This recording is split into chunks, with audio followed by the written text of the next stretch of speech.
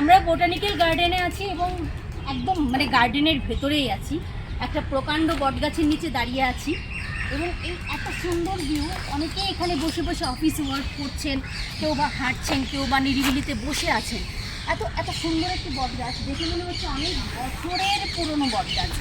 এবং শুধু বটগাছ নয়, এখানে আরও অনেক অনেক গাছ আছে, একদম অনেক বিশাল বিশাল আকৃতির গাছ। বোটানিক্যাল গার্ডেন মানেই হলো এগুলোকে রিসোর্সগুলিকে ধরে রাখা, আমাদের ন্যাচারাল রিসোর্স যেগুলো রয়েছে। মানে আমরা এখনকার সময়ে গাছ কাটার যে প্রবণতা, সেই প্রবণতা বৃদ্ধির যুগে বলা হয় না কম্পিটিশনের যুগে একটু ব্যতিক্রম, বোটানিক্যাল গার্ডেনগুলো ঠিক এরকমটাই ব্যতিক্রম।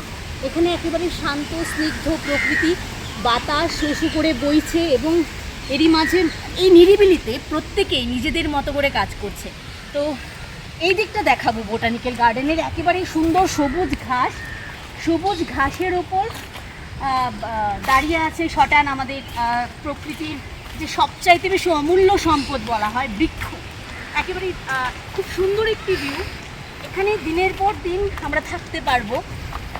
জানি না এখানে রাত্রিকালীন অবস্থা মানে সিন কি হয়, আমার আইডিয়া নেই।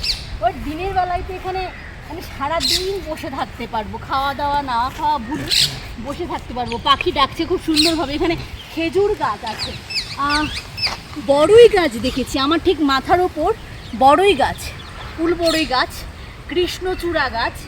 এবং এই গাছগুলো আমাদেরকে অনেক কিছু দেয়, তার বিনিময়ে আমরা শুধু তাদের থেকে কেড়ে নিই, আমরা তাদের কিছু দিতে পারি না। আমরা কাগজে লিখি গাছের দান, পয়সা থেকে শুরু করে সব কিছুতেই না গাছের কোনো না কোনো কন্ট্রিবিউশন আছে। সবচেয়ে বড় জিনিস হলো আমাদের বেঁচে থাকার সব রসদ আমরা গাছ থেকে পাই। আমাদের আসবাবপত্র থেকে শুরু করে সব কিছু, তার বদলে আমরা কী দিই? আমরা কটা গাছ লাগাই বছরে? আমরা কজন বৃক্ষরোপণ অনুষ্ঠানে অংশগ্রহণ করি? এবং লাগালেও সেই গাছগুলোর সংরক্ষণের জন্য আমরা কজন ভাবি না। আমরা অনেকেই ভাবি না। যারা ভাবেন তাদেরকে স্যালিউট, কিন্তু যারা ভাবি না, আমাদের ভাবতে হবে। আমাদের আগামী প্রজন্মের জন্য আমাদের ভাবতে হবে, আমাদের ভবিষ্যতের জন্য আমাদের ভাবতে হবে।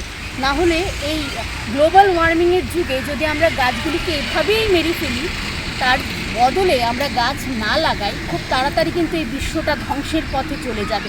মানে প্রকৃতি ধ্বংস হওয়াই কিন্তু এই গোটা বিশ্ব, এই গোটা পৃথিবী, এত সুন্দর সবুজ শস্য শ্যামলা পৃথিবী ধ্বংসের পথে চলে যাবে।